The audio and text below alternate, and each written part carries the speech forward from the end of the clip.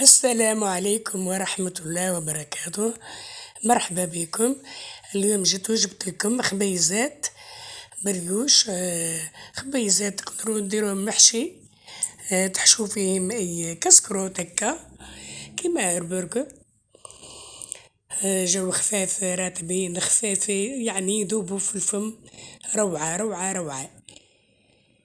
المقادير يعني أنا مانيش قادرة نهدر بزاف. عندي كاس حليب ونص كاس زيت، أقل من نصف كاس زيت أقل، وعندي بيضة كاملة، وعندي مغرف خميرة ومغرف سكر، نقصو شوية السكر باش يجي خفيف، ما ديروش مغرف كاملة، وحركوا كلش هذا مع بعضهم، وكاس فاينة مغربلة أكيد.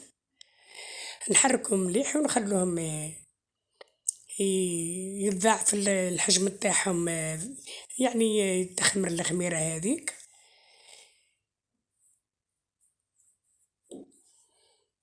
بعد نشفو بالفرينة فرات ونزيدو مغرف تاع خميرة الحلويات باش يعطينا هذاك يكون خفيف هكا. اللي عنده حليب بودرة لحظة يزيد حتى مغرف مليحة. إذا ما كانش اكتفيو بالحليب هذا فرات. نغطيها ببلاستيك غذائي هكا كيما كنت تشوفوا، خليها ترك حتى واحد العشر دقائق، المهم تتفاعل شوية الخميرة.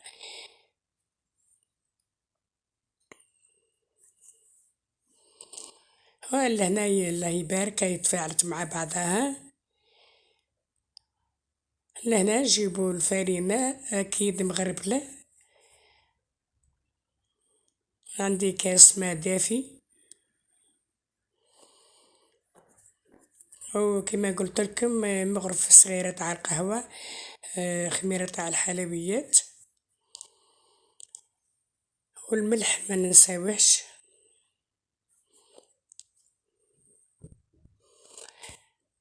نعجنو نخلطو نشيحو بالفرينة وحتى تصبح عجينة لينة. انا زعما عبرت بالكيسان وهي نورمال، تقدري ديري حتى بلا شيطان العبار، المهم العجينة في عينك يعني عينك ميزانك. لأنا راني درت هذا الكاس الرابع، الكاس الأول وهذا زوج كيسان وهذا الرابع، سجيت الكاس الخامس.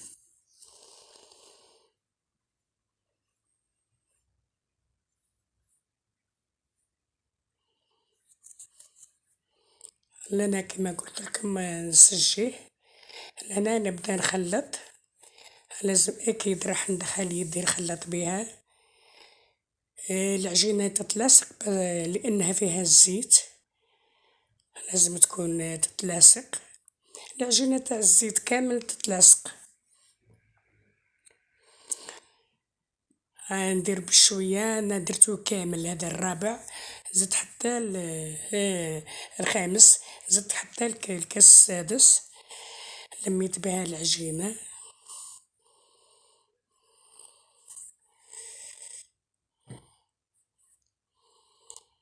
كما قلت لكم هذا الكاس الخامس دخلته بيدينا مليح مليح. لأنا مازال تتلصق راح نزيد نكملها شوية.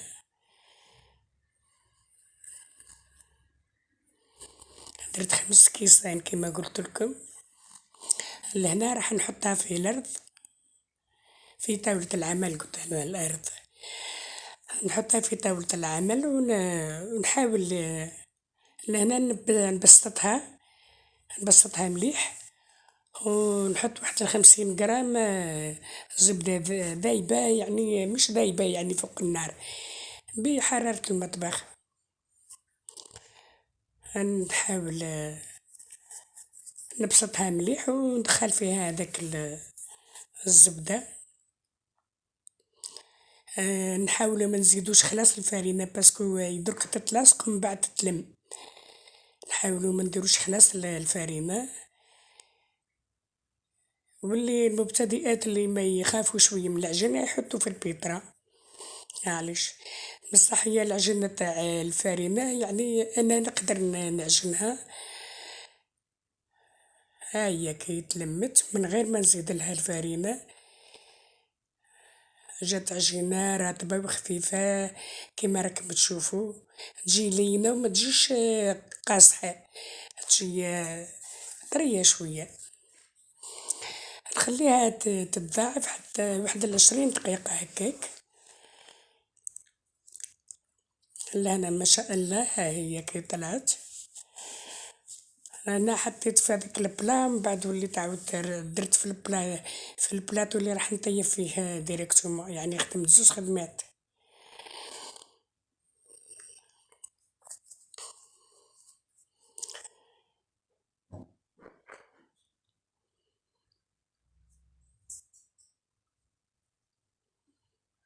تعازينا الخالصة لضحايا الزلزال، ربي يرحمهم وربي يغفر لهم وربي يصبرهم وربي يقويهم في هذا البرد هذا، يعني لا حول ولا قوة إلا بالله العلي العظيم. الناس راهم يباتوا قاعدين، والله ما عرفت حتى كيفاه نديرو لي فيديو، انا ما نعرف كيفاه درت هذا شوية بريوش، كيما قلت لكم أنا درت في البلا هذا ومن بعد عاود رجعت في البلاطو اللي راح نطيب فيه بكل. عفوا، ربي يكون في عونهم ان شاء الله، سوريا وتركيا والبلدان كل اللي راهي متضرة، وان شاء الله ينقذوا اكثر عدد ممكن ان شاء الله، وان شاء الله المساعدات الكل توصل لهم، يا رب نتمنى المساعدات كامل توصل لهم، راهم يشوفوا في هذا البرد هذا، الجوع والبرد، يعني لا حول ولا قوة إلا بالله العلي العظيم. كما قلت لكم عاود درتو في البلا، بسطتهم شوية بيدي هكا هبطتهم شوية برك، خليتهم يركحوا شوية واحد 5 دقايق هكا مش بزاف، من بعد نجي ندهنهم بالاخر بالبيض، درت فيه شوية حليب. عفوا، ولا أنا مريضة في حالة.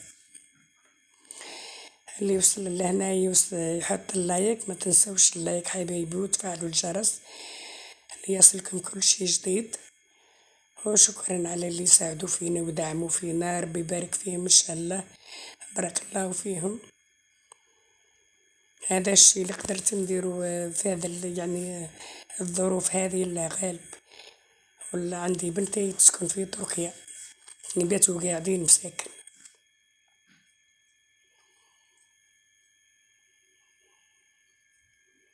وما هم لاباس يعني الحمد لله بالصحة. عفوا، نديرو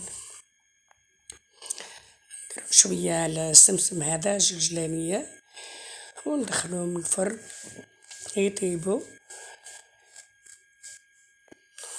نشوفوهم ان شاء الله كي نخرجهم.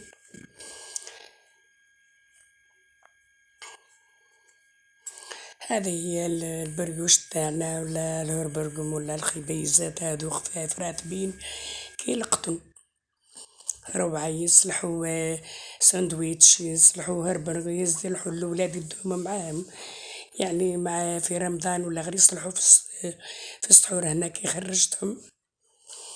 مع السلامة وشكرا على المشاهدة.